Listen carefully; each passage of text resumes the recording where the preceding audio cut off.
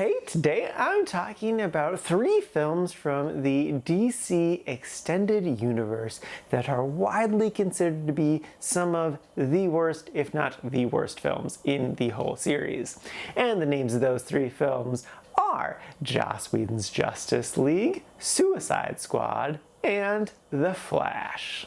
First up is Joss Whedon's Justice League. This is a 2017 film, and this was a strange experience for me. So I did not watch this movie when it came out, but earlier this year I watched Zack Snyder's Justice League and was honestly blown away by how much I enjoyed that film. It definitely had its problems, but like on the whole, I had a good fun time with it. It was a really interesting experience. And so watching this one after that was so strange, because like every single time there was a new scene, I'd be like, oh, so this is what Joss Whedon directed. All right, interesting. It was mostly Batman stuff. And then if it wasn't that, it was like scenes that I very vividly remember. It'd be like, oh, it's so much shorter now. Like, why is this scene done so quickly? There's so much more that's supposed to be happening here. And then like the end is so different too. So like how I've been talking about this is like, I recognize that there's holes and problems in this movie, but it's hard for me to see them because instead I'm just being reminded of a movie that I really like. So a metaphor is picture a piece of Swiss cheese. You can see through the holes. So that's what the original Joss Whedon one is. And that's how most people see it, is with all of those holes. They can clearly see the defined holes. But for me, because I watch these movies backwards, the Swiss cheese is more like a stack of Swiss cheese. So like I can make out the indentations of where there's problems, but it's harder because I see the other Swiss cheese behind it. It looks more like a solid block, though I know it's not. What I'd kind of also equate it to, it almost feels like I was watching the deleted scenes of a movie that I really like. So that like, I can see how they all fit into the story that I really like, but I can also see why they weren't included in the final product. It's so hard for me to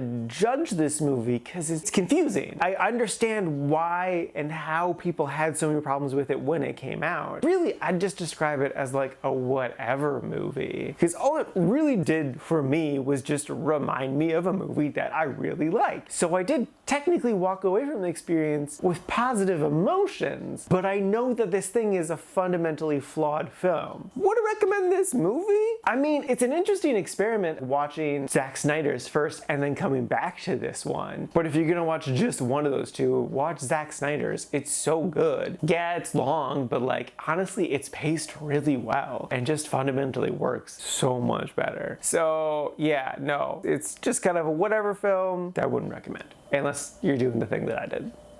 Next up is Suicide Squad 2016. I've watched so many video essays on this one, like really breaking down like fundamentally all of the problems with this one. So I wasn't really surprised by most anything in this movie, just because it's been analyzed to death and I've watched so many of the stuff, because it is interesting to look at how something can be such a flawed film. But because of that, a lot of the rot, the badness of this film, the harshness was lost on me just because I had been so overexposed to it. And how I rank stuff is just emotionally, and so since it wasn't emotionally really that negative of an experience, I didn't put this in the didn't like category. And honestly, the main reason for that is because it did keep my attention. I was intrigued even though I didn't know where it was going. And honestly, the big standout for me is Margot Robbie, which makes sense because out of everyone in this film, it's understandable why she's an A-list celebrity, because even in a film that's fundamentally not good, she still can shine. Yeah, she is just walking around with a wedgie the entire time, but like, she is funny, she's interesting. I don't think I really had any problems with her. I mean, the movie itself obviously is so flawed. Like, I knew that the beginning was just like a bunch of character introductions. I didn't realize how long it was, because it's like at least 20 solid minutes, if not twice that. And it was just like, oh my God, can we please just get on to the next thing? I don't care anymore. And also just like the team is such like like the weirdest team. Like, why is Harley even on this team? What does she bring to this team other than just sexiness and name recognition, which is no good in-universe reason? Or Captain Boomerang, what is he doing here? I mean, I definitely disliked Jared Leto's Joker. It is exactly what David Ayer wanted, for sure. Like, that's very painfully clear. I just think that's a very strange interpretation of the Joker. So yeah, no, again, I definitely understand people's hatred for the film because I've been so exposed to it. The rough edges have been worn off. So again, I just thought it was kind of a whatever film. So yeah, no, I didn't really care for it and wouldn't recommend it.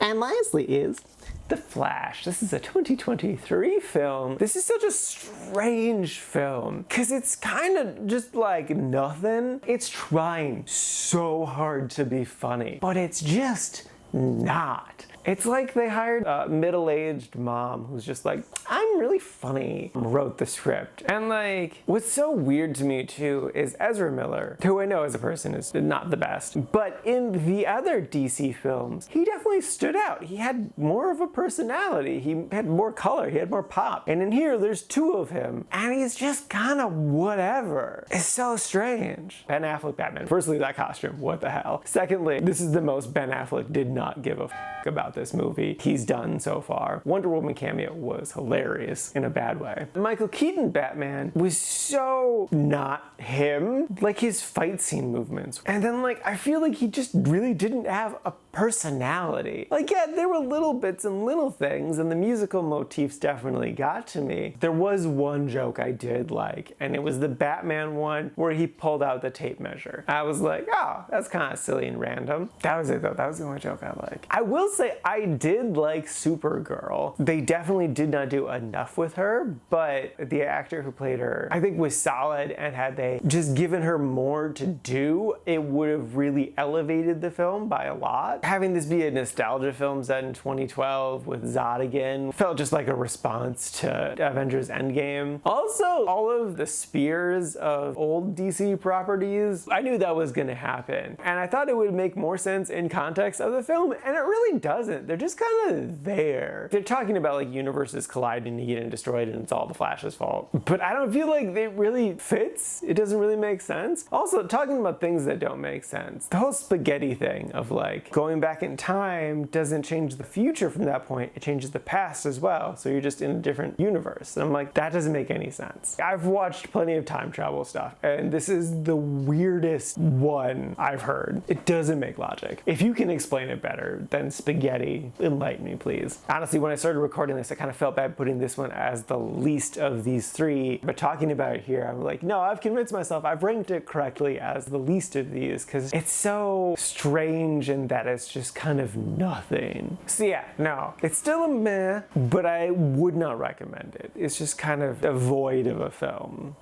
Alrighty, now for today's rankings. First up, we got Justice League, seating number 168 in the meh. Followed right behind is Suicide Squad, seating 169, also in the meh. And bringing up the rear, rightfully so, is The Flash, seating number 170, again in the meh category. This is have a total of 201 old movies so far this year.